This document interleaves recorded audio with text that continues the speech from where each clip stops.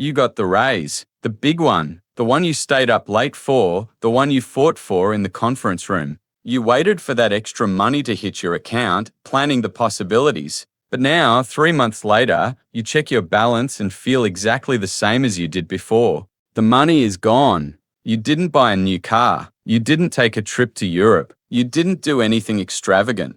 And yet, the money has vanished into a black hole of everyday life. Where does it actually go? It's not going to the things you think. It's not lost to one big, irresponsible purchase. It's being eaten alive by something invisible, something insidious, and something entirely psychological. It's called lifestyle creep, and it is the single greatest threat to your financial future. Think back to when you were making $30,000 a year. You couldn't wait to make 40. You imagined the freedom, the breathing room, but when you got there, you didn't feel richer. The bills just got slightly bigger. The rent was a little higher. You started buying the good coffee instead of the store brand. Then you hit 50,000 and exactly the same thing happened. This is the hedonic treadmill, a term psychologists use to describe our relentless tendency to adapt to our circumstances. When we get a promotion, we get a rush of happiness, but within months, that new salary becomes the new normal. It is the baseline, and the things that used to feel like luxuries now feel like necessities.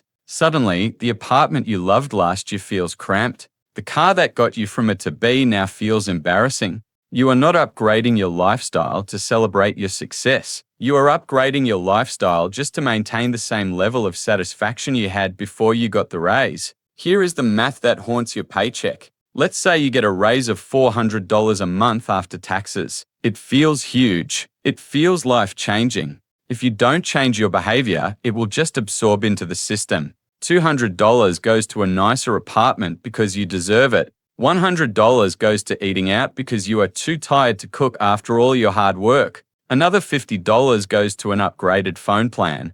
And the last $50 gets lost in the cracks on coffee and convenience. 1 year later, that $400 is completely gone.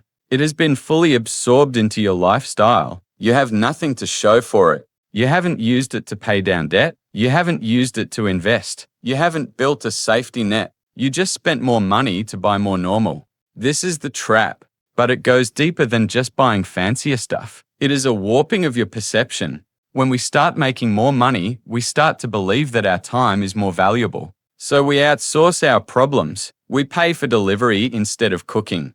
We pay someone to change our oil instead of doing it ourselves. We take the expensive toll road to save 5 minutes because we have convinced ourselves that our time is simply too precious. But here is the trick of the mind. That time we saved, we don't use it to invest, to learn, or to build our future.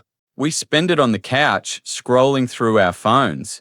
We paid a premium to buy back time, and then we wasted it. The psychology of the raise tricks you into thinking you are making progress when you are actually just spinning faster. Now, I can hear the counterpoint. You work hard. You deserve to enjoy your money. You deserve to treat yourself. And you are absolutely right. The problem isn't treating yourself. The problem is treating yourself before you have paid yourself.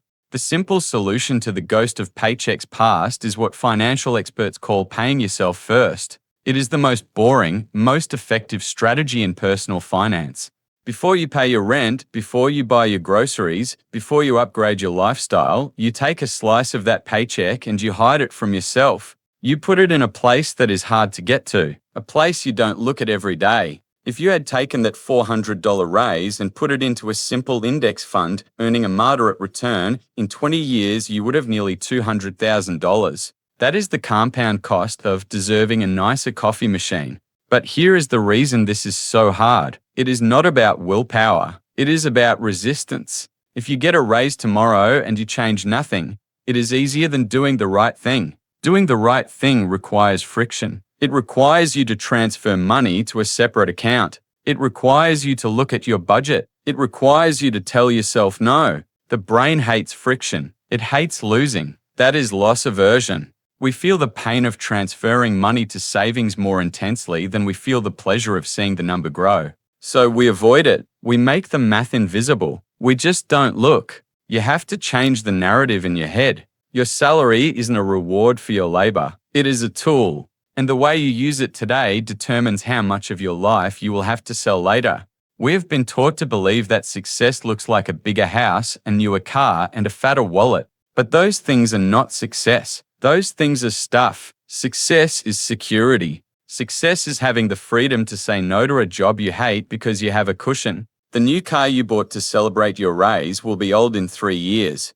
The upgraded apartment will feel small in 12 months. But the money you put away, that grows. That becomes independence. Right now, you are trading your time for money. That is the deal. But if you spend the money as fast as you earn it, you are stuck in the cycle. You have to keep trading your time forever. But if you take a piece of that money and you invest it, you are buying a little bit of your future time back. You are buying freedom. So the question is not, can I afford this raise? The question is this expense worth my time? Because you are worth it, but your things are not. Your sense of normal is the thief, and if you don't watch it, it will steal your whole life. Every time you get a raise, imagine that the money is not actually yours yet. It is a future opportunity waiting to be claimed. You just have to be brave enough to not spend it. That is the ghost of paychecks past. It is the reminder that more money doesn't fix a broken mindset. Fix the mindset and the money will take care of itself.